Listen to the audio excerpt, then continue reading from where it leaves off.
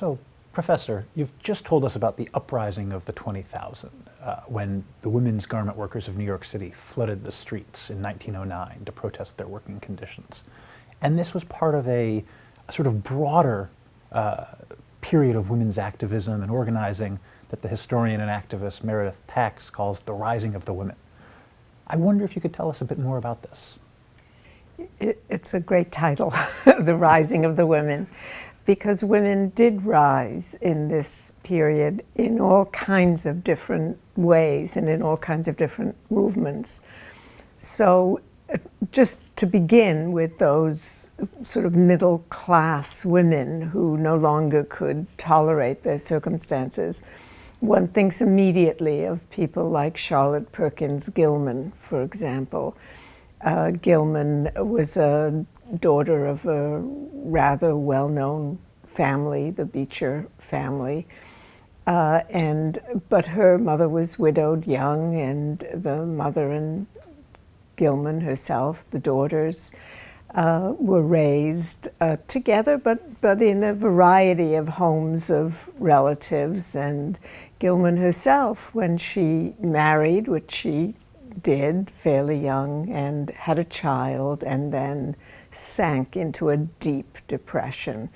A depression which grew from the fact that she was lonely, didn't have a purpose in life. Motherhood for her was not a sufficient purpose.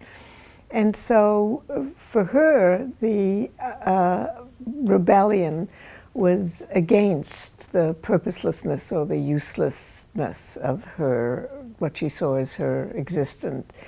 So she left her husband with the daughter, left the daughter with the husband, she didn't take the daughter with her, and became herself a rather well-known author, activist, writer, joined the Women's Trade Union League, wrote about women's condition, wrote a novel that we still read today called The Yellow Wallpaper, in which she describes the horrors of this enforced, leisured existence.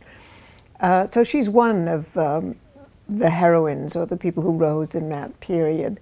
But of course there are a lot of other middle-class women who in one way or another rebelled. I think of Florence Kelly as another such woman, the daughter of a judge, grew up in a very, a relatively prosperous, comfortable household, then decided to, went to college and decided to get a PhD, which she could only do in Europe at the time, and went off to Europe, came back, a confirmed socialist, married with 3 children, whom she basically boarded out while she went about the business of trying to better the lives of wage-earning women, and finally, of course, became executive officer of the National Consumers League, with posts she held for many decades. So those kinds of women rose, if you like, and then we think about the, well, let's start with the anarchists, because why not? Why not? The name Emma Goldman has become a household word, and she starts out, she's an immigrant, starts out as a garment worker in Rochester, New York, marries, very quickly leaves the husband she marries, but as a result of that marriage, she becomes an American citizen. And that frees her in some ways to play the anarchist role. She moves to New York, she gets involved in the anarchist community, falls in love with Alexander Berkman, and together she and Alexander Berkman create a kind of anarchism, which is an anarchism of the deed, if you like. What's her interest in women at that point? Well, she is interested in the freedom of women to do just what they want to be doing, including what Victoria Woodhull would have called free love. So Emma Goldman had no inhibitions about living with Alexander Berkman, about seeking solace, sexual and otherwise, wherever and whenever she chose. She really believed that women should be free in all the ways that men were free. Went to Europe, got herself a degree, some training in midwifery, came back and made money sometimes as a midwife and as a nurse. But at the same time, she was giving fiery speeches about her desire to overthrow authority and to act as a free person.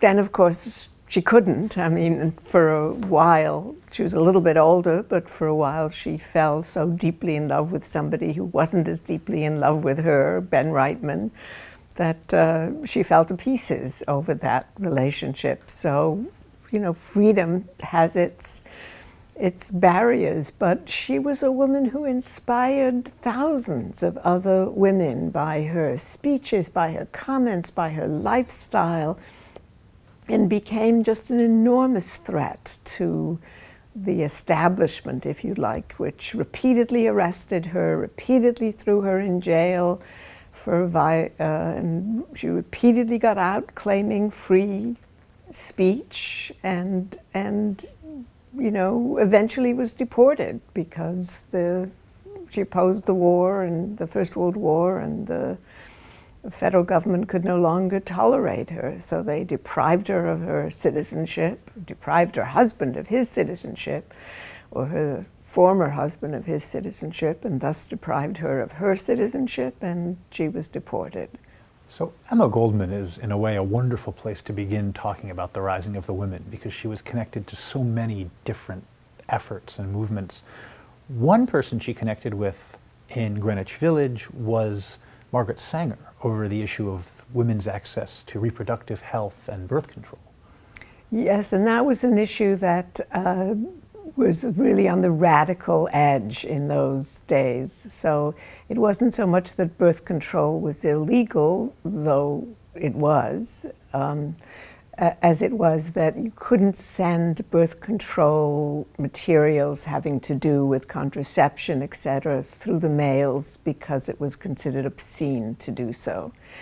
And of course, Margaret Sanger, who we often attribute to the beginning of the birth control movement, began her life at a clinic on the Lower East Side, in exactly the area that we've been talking about, where she noticed the overcrowded conditions and the numbers of children that the poor immigrants were having, and was confronted with people begging for techniques, because everybody knew by then that there were techniques, but that they didn't have them, to prevent babies from being born, conceived and being born.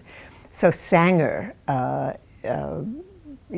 began to set up storefront clinics, or set up a storefront clinic, and long lines of women outside the clinic, women with 4, 5, 6 children already, stood outside the clinic begging for birth control. And then Sanger expanded her movement. Now, of course, Emma Goldman was deeply into birth control because one couldn't be an advocate of free love if one weren't into birth control. And so she was a supporter of Sanger's at the beginning.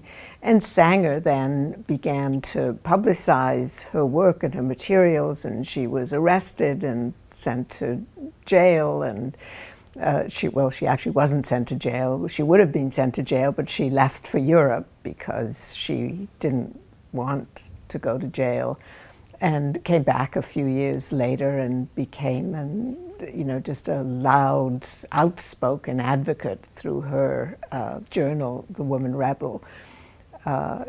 So there's another example of a woman and a movement. The birth control movement, if you like, really gets itself underway here.